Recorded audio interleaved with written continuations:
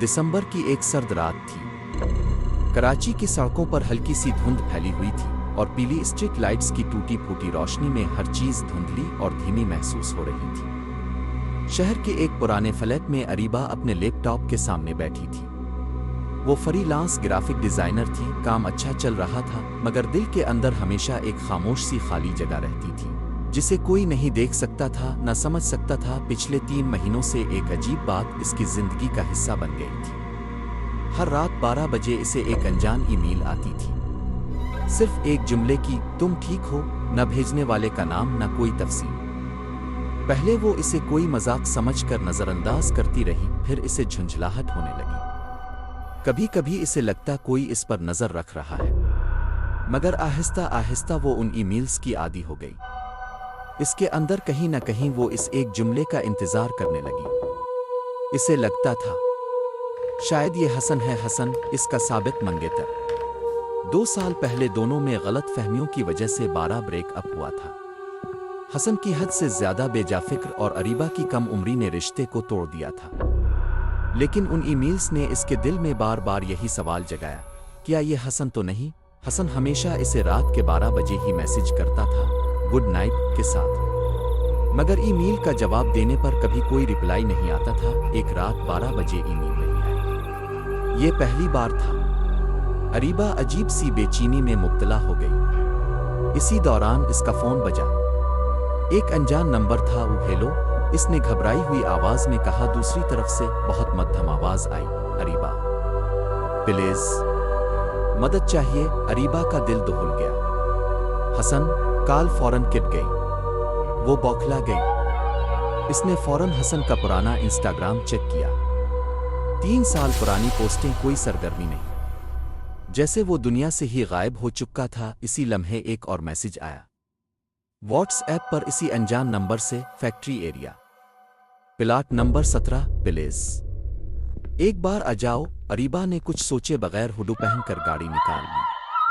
दिल खौफ से कांप रहा था, मगर वो रुक नहीं सकी। फैक्ट्री एरिया सुनसान और अंधेरा था। गहरी खामोशी, पुरानी लोहे की चादरें हिलने की आवाज़ें, जैसे किसी वीरान जगह की रूह बोल रही हो। प्लाट 17 पर पहुंचकर इसे एक आधा खुला गेट मिला। अंदर कदम रखते ही डांसेस और जंग की बो इसके हवास में भर गई। अचानक इसे एक हल्की सी आवाज आई, अरीबा। वो उछल गई। हसन, जवाब नहीं मिला।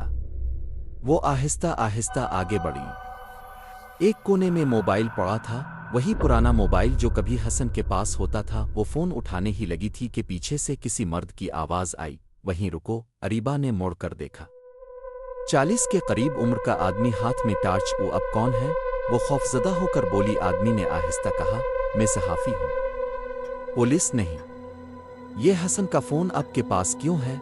आदमी ने गहरी सांस लेकर कहा, क्योंकि हसन 3 महीने पहले कत्ल हो चुका है। अरीबा के पैरों तले जमीन निकल गई। पूछो, वो मुझे कॉल कर रहा था, ईमेल भेज रहा है। आदमी बोला, वो ईमेल्स में भेज रहा था तुम तक पहुंचने के लिए। तुम उसकी आखिरी कांटेक्ट थी।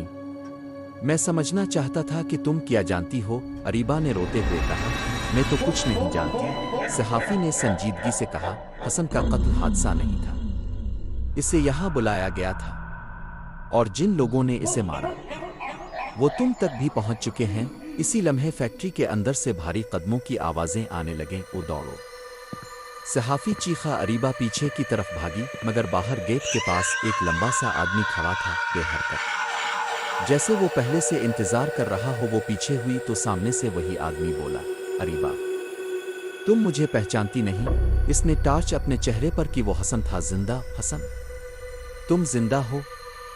तुमने मुझे क्यों? हसन ने जल्दी से कहा, उन्होंने मेरे कत्ल का ड्रामा किया ताकि मुझे ब्लैकमेल कर सके। मैं तुम तक सीधा नहीं पहुंच सकता था, मगर तुम्हें छोड़ भी नहीं सकता था, इसलिए मैं ईमेल करता था। अरीबा की आंखों में आंसू भर गए। मगर तुमने मुझे यहां क्यों बुलाया?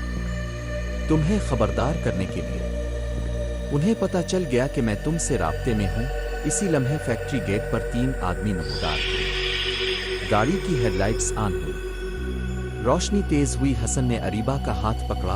मैंने फिर गलती कर दी, मैंने तुम्हें खतरे में डाल दिया। अरीबा ने कहा, मैं तुम्हारे साथ हूं, ہم یہاں سے نکل جائیں گے، صحافی نے چیخ کر کہا۔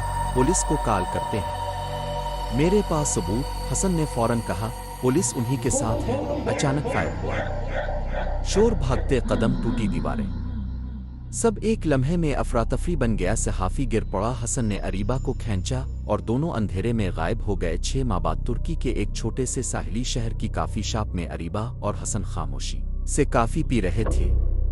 اب زندگی سکون میں تھی، خطرات پیچھے رہ گئے تھے۔ اریبہ نے مسکراتے ہوئے پوچھا، اب ہر رات 12 بجے ای میل تو نہیں بھیجنی؟ حسن نے ہنستے ہوئے کہا، اب تم ساتھ ہو۔ اب کس چیز کا ای میل؟ اریبہ نے فون اٹھایا، اس پر ایک نیا پیغام آیا تھا انجان آئی ڈی سے، تم ٹھیک ہو؟ اریبہ کے چہرے کا رنگ اڑ گیا۔ حسن نے پیغام دیکھ کر ہلکی سی سانس لی اور دھیرے سے کہا، وہ ہمیں ڈھونڈ چکے ہیں۔